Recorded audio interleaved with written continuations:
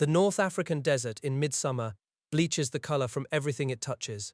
The sand is not golden, but a pale, scorched white, and the wind that scrapes across the ridges carries the heat of a furnace door. At the forward repair stations outside Tobruk, German mechanics work in exhausted silence, their coveralls stiff with salt, their tools too hot to hold barehanded. They are waiting for replacement engine parts that left Italy weeks ago but never arrived. Field Marshal Erwin Rommel, the commander of Panzer Army Africa, stands over a map table in his command vehicle, his face drawn tight. He has requested 60,000 tons of supply for June of 1942. The actual deliveries that month amount to barely 3,000 tons. The arithmetic of that deficit is written in the idled tanks that sit motionless in the wadis, their fuel tanks bone dry, their ammunition racks half empty. The chain of supply that runs from the factories of Germany and northern Italy down across the Mediterranean Sea has been severed, link by link across 1,000 miles of water. Convoy after convoy sails from Naples and Taranto. But Royal Navy submarines and RAF bombers find them in the narrow channels between Sicily and the African coast. In the first 7 months of 1942, 30 merchant ships tried to resupply the island fortress of Malta. Only 7 survived intact with their cargoes. 7 were sunk at sea outright. 10 turned back, hulls damaged or engines failing. 3 more arrived in Valletta's battered harbour only to be destroyed at their moorings before they could be unloaded. The same hunters that stalk the Malta convoys now prey upon the tankers bound for Benghazi and Tobruk, and each tanker that goes down carries with it the fuel that Rommel's Panzers need to fight. The cruel reality of this situation is that the transportation system itself has become the decisive battlefield. Rommel can see the British positions from his forward observation posts. He knows exactly how thinly the 8th Army is stretched, yet the fuel to drive his armour those final few dozen miles simply does not exist. His demands piled up and went nowhere. He begged for unified command of shipping, for better port capacity at Tobruk, pitifully capped at 600 tons a day, and for an end to the practice of shipping Italian vehicles while German panzers sat idle in Naples. Every demand bounced off the walls of the Comando Supremo and died there. The German High Command, thousands of miles away in East Prussia, has diverted the 7th and 12th Panzer Divisions to the Russian front instead of sending them to Africa. Rommel writes in his journal that no one in Berlin or Rome looks at things realistically. They refuse to do so. Now rewind the clock. Pull back from this desperate scene to the opening days of the war in September of 1939. The long shadows of the Polish campaign are just beginning to stretch across Europe, and the problem that will strangle Rommel's offensive 3 years later is already taking shape in the conference rooms of every major capital. War in the 20th century has become an industrial enterprise of staggering complexity. No nation can fight with the weapons it has on hand. It must fight with the weapons its factories produce, transport across oceans and continents, and deliver to the front lines on a continuous, unbroken schedule. This is the central insight that Rear Admiral Henry Eccles, a student of naval logistics who will spend decades studying the Mediterranean disaster, crystallizes into a single sentence. Logistics, he writes, is the bridge between the national economy and the operation of combat forces. It is the physical linkage that transforms the steel ingots in a Pittsburgh mill and the wheat in a Kansas silo into the tanks, fuel, food, and ammunition that a soldier at the front must have to survive and to fight. Without that bridge, the economy is paralyzed and the combat forces starve. The eruption of global war in 1939 makes the integration of logistics across services and across nations an urgent and immediate necessity. The old model in which each branch of the armed forces procured its own supplies, operated its own shipping, and guarded its own depots collapses under the sheer weight of modern demand. Armies that once marched on their stomachs now require pipelines, railroad networks, deep water ports, and fleets of merchant ships simply to maintain their daily existence. The United States, not yet at war, but already mobilizing its industrial base, begins to confront the organizational nightmare that will consume the next 6 years. Business executives like Ralph Cordiner of General Electric argue that large enterprises must decentralize to remain efficient. Military planners, facing the largest enterprise in human history, must find the delicate balance between central coordination and local flexibility. In Washington, the Office of the Secretary of Defense does not yet exist. That will come later, after the war reveals every crack in the national security architecture, but the fault lines are already visible. Civilians and military officers, executive departments and congressional committees All struggle to comprehend the scale of the logistical burden that modern war imposes. The man who will test every one of these principles under the pitiless sun of North Africa steps ashore at Tripoli on the 12th of February 1941. Erwin Rommel is 50 years old, a career soldier who made his reputation in the great armoured sweeps across France the previous spring. He has been sent to rescue Germany's faltering Italian ally, whose forces in Libya have been shattered by a British offensive. The command he receives is officially defensive: hold Tripolitania, prevent the British from seizing the entire North African coast. But Rommel has a different vision. He surveys the terrain, interviews the Italian officers who have already faced the British, and concludes that the best defense is a swift, slashing attack. He begins to prepare an offensive that will carry him 2,500 miles across the desert, outrun every supply line his logisticians can devise, and demonstrate with terrible clarity that even the most brilliant tactical commander is helpless when the bridge between the factory and the front line collapses. Standing in the Tripoli dockyard, surrounded by the chaos of unloading and the shouts of stevedores, Rommel cannot yet know the true nature of his real battle. It will not be fought against the British Eighth Army. It will be fought against the remorseless arithmetic of distance, tonnage, and time that defines the science of logistics. The new year opens with a sandstorm that reduces visibility to 50 meters across the Cyrenaican plateau. Inside a forward command post dug into the stony ground west of El Agheila, Rommel studies aerial photographs showing British positions strung thin across the desert. His intelligence officers report that 8th Army supply columns are stretched even farther than his own, and the balance of armor favors the Afrika Korps in this narrow sector.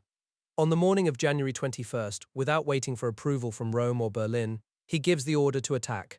The panzer columns wheel eastward through the gap between British armored car screens, their dust plumes visible for 30 miles in the crystalline desert air. Field Marshal Albert Kesselring, the soft-spoken Bavarian who commands all German forces in the Mediterranean from his headquarters in Rome, receives the news with a mixture of admiration and deep unease. He knows Rommel is acting with no strategic coordination from the Italian Supreme Command, and he knows the supply ships from Naples are already falling behind schedule. The tanks burn fuel the Comando Supremo cannot promise to replace. Benghazi falls again on January 29th, its harbour facilities still wrecked from the previous year's fighting. Rommel pushes on past Missas and Makili, driving the British back 300 miles in less than 2 weeks. Every mile his armour advances adds another mile to the truck convoys grinding up from Tripoli, and those trucks themselves consume nearly half the gasoline they carry just to reach the front. The mathematics of desert logistics are pitiless and absolute: double the distance, quadruple the supply requirement. In Rome, the man who theoretically controls all Italian military resources is Marshal of Italy Ugo Cavaliero, chief of the Supreme Command. He is a trim, polished officer with a politician's instinct for survival, and he has promised Mussolini that the African front will receive whatever it needs. But his promises are built on a foundation of fantasy. Italian merchant shipping is already operating at the ragged edge of capacity. The Navy has no fuel reserves for sustained escort operations, and Cavaliero himself allocates cargo space according to political prestige rather than military necessity.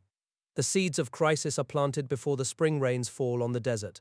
The deep-water port of Tobruk has been the strategic key to Cyrenaica for 2,000 years, and on the 21st of June, Rommel's assault engineers blow its perimeter defenses open in less than 12 hours. Italian and German infantry pour through the gaps, and by noon the harbour is in Axis hands. Rommel stands amid the rubble of the port administration building, watching British engineers scuttle cranes and fuel tanks in the basin below. He has just captured the greatest logistical prize in eastern Libya.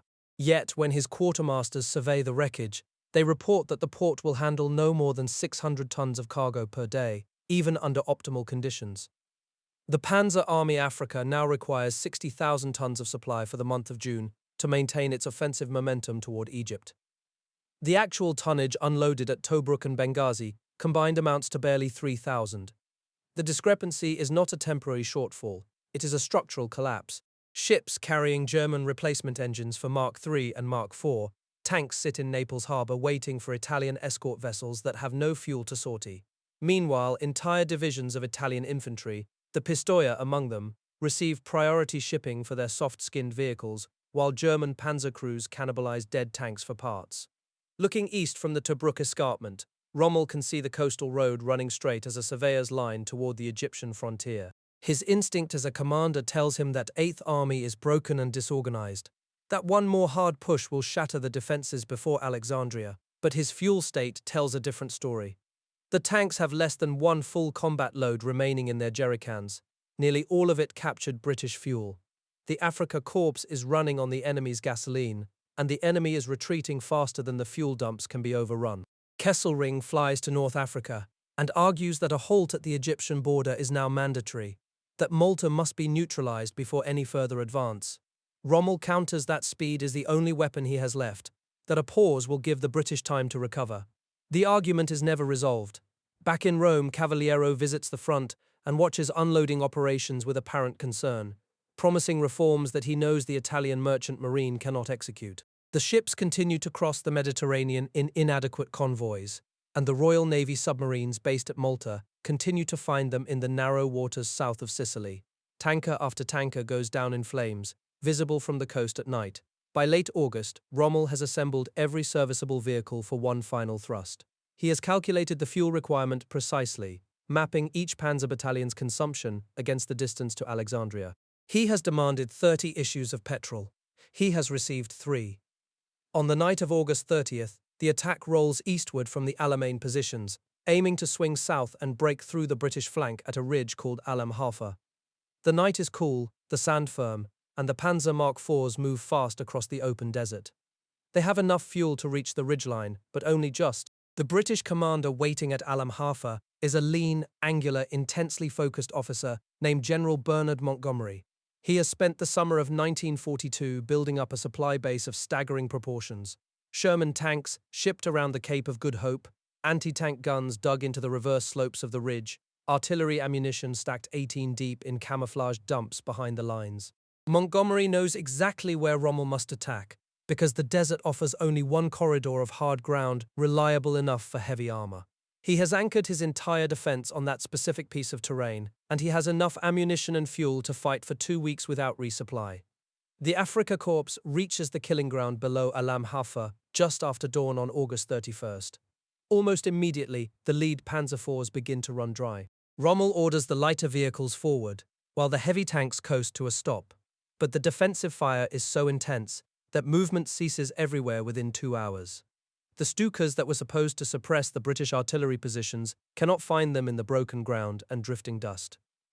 By mid-morning, German tank crews are sitting beside their immobilized vehicles, listening to the hammer of British 25-pounder shells, walking steadily through their positions. The assault collapses before it has truly begun. The Battle of Alam Hafa ends on September 3rd, with Rommel's forces in full retreat back to their start lines. He has lost 49 tanks and nearly 3,000 men. But the decisive loss is not counted in vehicles or casualties. The decisive loss is the strategic initiative. Montgomery has proved that a British army, properly supplied and properly dug in, can stop the Desert Fox cold. And Montgomery now has time to continue accumulating material, to train his infantry in new assault tactics, to bring forward the hundreds of heavy guns that will shatter the Axis front. Rommel, in his command vehicle, dictates a dispatch to Berlin and Rome that reads in part, "The army is fighting without the most essential requirements." He does not mention that he warned them months ago.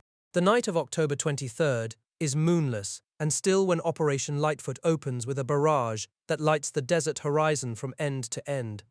More than 800 British guns fire simultaneously, and the ground itself seems to ripple under the concussion.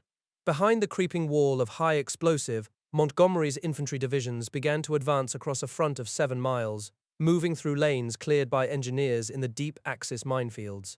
The Axis defenders are not merely outnumbered, they are stunned by the sheer material density of the assault. Each British infantry battalion has more ammunition available in forward dumps than an entire panzer division can call upon in its whole sector. Inside the Axis lines, the supply situation has deteriorated to the point of parity. German anti-tank gunners are limited to 3 rounds per gun per day, then 2, then 1. Italian units report that they have been firing captured British ammunition for weeks and have now exhausted even that. Rommel, recalled from sick leave in Germany, flies back to the battlefield on the evening of October 25th and finds a situation already beyond salvage. The fuel shortage means that his armoured reserves cannot manoeuvre to meet the British penetration. The ammunition shortage means that his artillery cannot fire effective counter-battery missions. He issues orders for a fighting withdrawal, knowing that the desert to his rear offers no prepared defensive positions. For 12 days, the British pressure continues, relentless and grinding. The Afrika Korps fights with the skill of veterans, and German 88mm guns extract a heavy toll from the advancing Shermans. But the mathematics of attrition are unarguable. Montgomery can replace every tank he loses within 48 hours. Rommel cannot replace any. By November 3rd, the Axis forces are streaming westward along the coastal road, columns of trucks and half-tracks, mixing with fleeing infantry, all of them vulnerable to the Desert Air Force that now controls the skies uncontested. The Great Retreat across Cyrenaica has begun, and it will not stop until the survivors reach Tunisia. The campaign that promised to deliver Egypt and the Suez Canal to the Axis has ended in comprehensive defeat. Rommel's journals from this period, later collected and edited by the historian B. H. Liddell Hart, contain a passage of cold fury directed not at the enemy, but at his own high command. He writes that the people who later flung the most mud were the same people who refused the supplies when it mattered, who laughed at the requests for 30 issues of petrol, while the army was expected to fight a modern mechanized war on 3. And then he writes the sentence that ought to be engraved above the desk of every officer who ever holds responsibility for logistics. The man who paid the price was the ordinary German and Italian soldier. The campaign is lost. The lesson, however, has not yet been learned by those who will apply it to the wars of the future. The defeat at El Alamein did not end the North African agony. It merely transferred its location 1,200 miles westward to Tunisia. Axis forces streamed along the coastal road through November and December, harried continuously by Desert Air Force strafing runs that turned fuel trucks into roadside pyres. The survivors who staggered into the Tunisian bridgehead discovered that the supply chain across the Mediterranean had not improved in their absence. Ships still sank in the narrow channels south of Sicily, and what little fuel reached Tunis was consumed almost entirely by the trucks hauling it forward to the front. The post-campaign analysis that began in early 1943 reached a verdict that the participants themselves had already delivered in private journals and bitter letters home. No unified logistic command had ever existed in the Mediterranean theater. The German military attaché in Rome controlled one slice of the shipping pie. Field Marshal Kesselring handled air and sea protection for convoys. And Marshal of Italy Cavaliero, at the Comando Supremo, allocated cargo space according to political prestige rather than military necessity. Rommel himself exercised no influence whatever over the ports of arrival, the composition of ship manifests, or the proportion of German to Italian cargoes. The German High Command in Berlin looked at maps of the Mediterranean and saw a secondary theater, a sideshow to the great struggle in Russia. 2 panzer divisions that could have doubled Rommel's armored strength in the summer of 1942 were diverted eastward instead. German industry remained on a single-shift basis until 1943. Producing tanks and trucks at peacetime rates, while the Afrika Korps cannibalized dead vehicles in the desert. The Italian Navy received more fuel oil in March through June of 1943 than it had seen in the entire previous year, a surge that arrived too late. Had that same effort been made 12 months earlier, Rommel's quartermasters later calculated, the Libyan supply flow could have increased 5-fold. When the Allies stormed ashore in Normandy on this 6th of June 1944, they demonstrated the polar opposite of everything the Axis had done wrong. The Supreme Headquarters Allied Expeditionary Force had spent 18 months constructing an integrated logistic plan that coordinated American and British supply chains with a precision the Comando Supremo could never have imagined. Centralized control at the strategic level combined with decentralized execution in the field meant that each division commander knew exactly when his ammunition, fuel, and replacement vehicles would arrive on the beach. The G4 Logistics Division alone had grown to 178 officers and 261 enlisted men by July of 1944. A staff larger than the entire headquarters of Panzer Army Africa had been at its peak. These officers did not merely tally requisition forms and hope that ships appeared. They controlled the movement of every vessel in the cross-channel pipeline, allocated berthing space at the Mulberry harbors according to tactical priority, and redirected cargo flights when forward depots reported critical shortages. The contrast with Tobruk, where 600 tons per day was the unalterable ceiling, could not have been sharper. The Normandy operation proved that logistics coordinated at the highest command level, with clear authority and a properly organized staff could sustain a massive offensive across water against a determined enemy. Each British and Canadian battalion that advanced toward Caen, each American regiment that fought through the bocage, the dense, maze-like hedgerow country of Normandy, did so on a foundation of supply that had been laid months before the first landing craft touched sand. The French railroads, rebuilt by engineer battalions working behind the advancing front, carried ammunition eastward faster than the panzer divisions could burn fuel retreating. This was the logistic bridge operating at its maximum efficiency, and it made victory not merely possible but inevitable.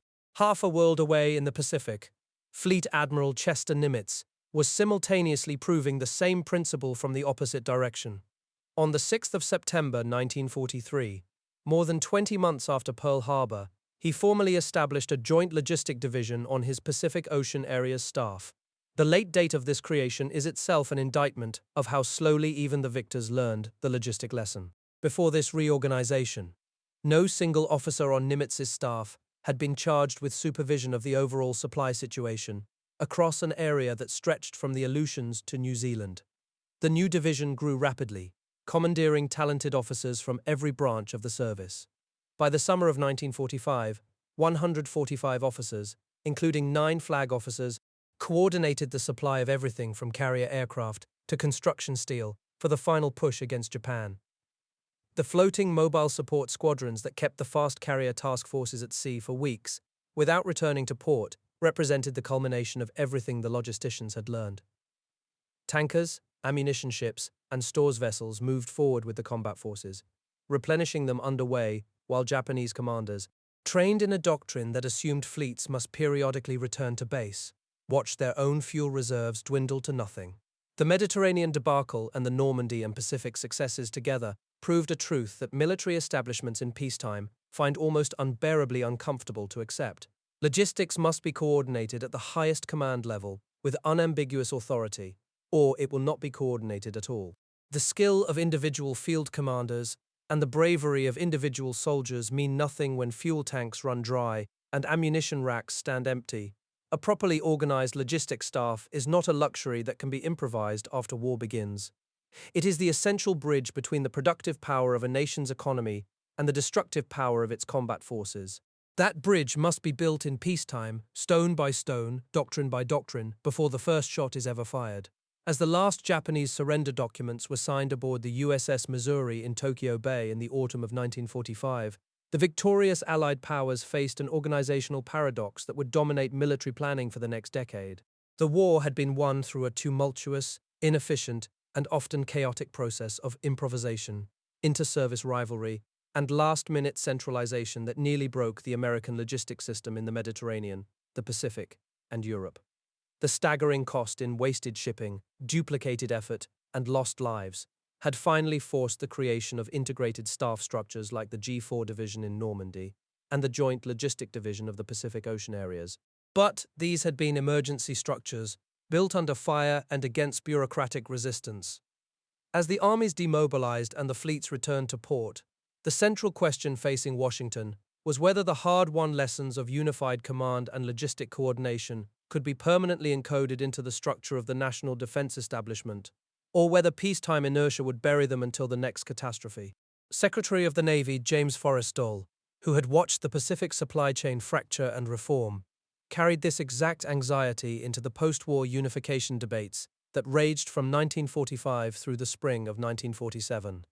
The old system by which the Army and Navy operated as nearly independent sovereign entities with their own procurement bureaus, their own shipping, and their own fiercely defended budgetary fiefdoms, had wasted billions of dollars and generated the kinds of duplication that the North African campaign had shown to be suicidal.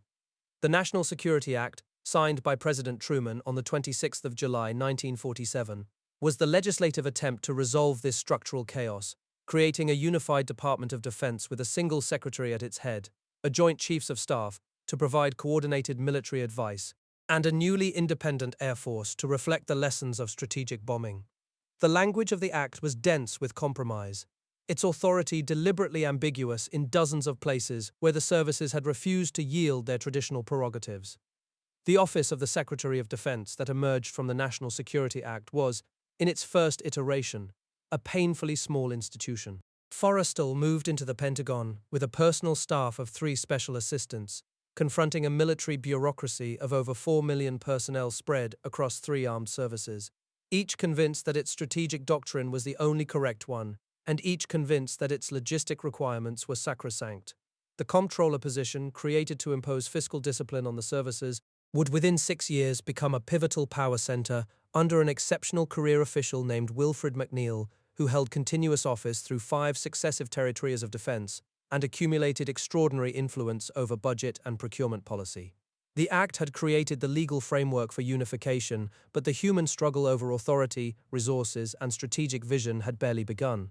Eccles, writing from the perspective of a naval officer who had watched this bureaucratic contest unfold, makes a carefully documented point that the Korean War proved the bitter claim that organizational paper solutions are only as strong as the men who execute them. On the morning of the 25th of June 1950, when North Korean armor crossed the 38th parallel and shattered the lightly equipped South Korean divisions facing them, the United States was logistically unprepared for a conventional war of any scale. The post-war drawdown had slashed funding for forward area supply depots, reduced the military sea transportation service to a skeleton, and allowed the staff planning capabilities so painfully built in 1943 and 1944 to atrophy through simple neglect. The Korean port of Pusan became a bottleneck that nearly matched the signature disasters of the Second World War, with ships stacking up in the harbor, cargo manifest chaos, slowing unloading to a crawl, and combat units inside the perimeter running short of ammunition, while ammunition ships sat untouched at anchor. A general officer who carried major logistic responsibility later confided to Eccles that senior civilian authorities were largely justified in their dissatisfaction with overseas logistic coordination because senior commanders in peacetime had simply taken their logistics for granted, assuming that the supply chain would function automatically when war began. The United States had repeated in the space of 5 years the identical failure that had doomed the Panzer Army Africa, failing to maintain the staff structure, the training, and the operational readiness necessary to support a shooting war from cold start. Army historian James A. Huston, exhaustively documenting the Korean supply effort for the Department of the Army, concluded that almost never in war will all logistic requirements be satisfied in an exact balance, and that some phase of logistics will always function as the limiting factor on operations. The Korean reinforcement effort required the army to ship entire divisions from occupation duty in Japan directly into combat, a maneuver that would have been impossible had the port facilities at Pusan been any worse or the Japanese logistical foundation been any thinner. The ammunition situation in the first 3 months was so dire that artillery batteries were limited to a handful of rounds per gun per day, a situation that echoed with savage precision the German anti-tank gunners at El Alamein, who had been restricted to 3, then 2, then 1 round per tube. The Korean emergency would eventually force the reintegration of logistic planning into operational doctrine, but only after thousands of soldiers had paid the price for peacetime indifference. Half a world away from the grinding stalemate in Korea, the United States was grappling with a strategic paradox. It would define the entire Cold War. The nation had to prepare for unlimited thermonuclear war and simultaneously maintain forces capable of fighting limited wars on the shrinking periphery of the free world. The hydrogen bomb, tested successfully in 1952, raised the stakes of conventional conflict to apocalyptic levels, and within the Pentagon a faction began to argue that the immense costs of maintaining large ground and naval forces could no longer be justified when the doctrine of massive retaliation offered a theoretically cheaper deterrent. This tension between economy and readiness, between the demands of the comptroller and the demands of the theater commander, was not new. It was the peacetime echo of the same contest that had played out in the Comando Supremo in Rome in 1942, with Cavaliero juggling political budgets against Rommel's desperate supply requirements. Eccles, watching from his position as a senior naval educator and logistician, recognized the identical flaw. He had seen it undo the German High Command's Mediterranean strategy. It was the belief that a single weapon, or a single service, could substitute for the comprehensive, integrated, logistically sound application of all the elements of national power. In the pages of his analysis, Eccles mounts a systematic refutation of what he calls the weapon strategy, the notion, seductive in its simplicity and dangerous in its consequences, that technological superiority alone can guarantee national security without the logistical foundations to sustain it.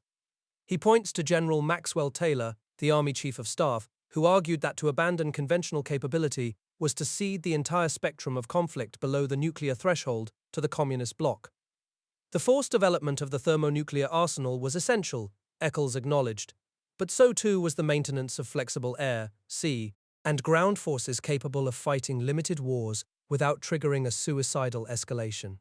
The logistical preparation for such dual requirement forces was enormously expensive and politically contentious. But Eccles insisted that the alternative, a brittle single-option military posture anchored to a single weapon, was precisely the strategic rigidity that the Axis High Command had imposed on Rommel's Desert Army, with identical catastrophic potential. The ordinary German and Italian soldier who died in the sand because the supply ships never came is not, in Eccles' framework, a distant historical footnote, but a permanent warning. Every logistic failure, every missing tank engine, every rusting freighter held in port for lack of a unified priority system, was a failure of command imagination, a failure to grasp the principle that logistics is not a rear area administrative function, but the precise physical bridge between a nation's economy and its combat forces. The legacy that Eccles asked his readers to internalize is that the post-war organizational architecture, the Department of Defense, the Joint Chiefs, the programming and budgeting systems, was not a dry bureaucratic creation, but a direct response to the massive, proven, and bloody failure of an earlier generation to coordinate strategy and supply under fire.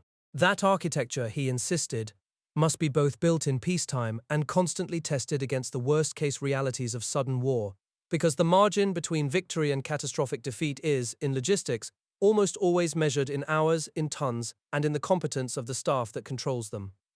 Albert Kesselring would later be convicted of war crimes and eventually released, while Bernard Montgomery became a field marshal and a symbol of British military professionalism, dying in 1976.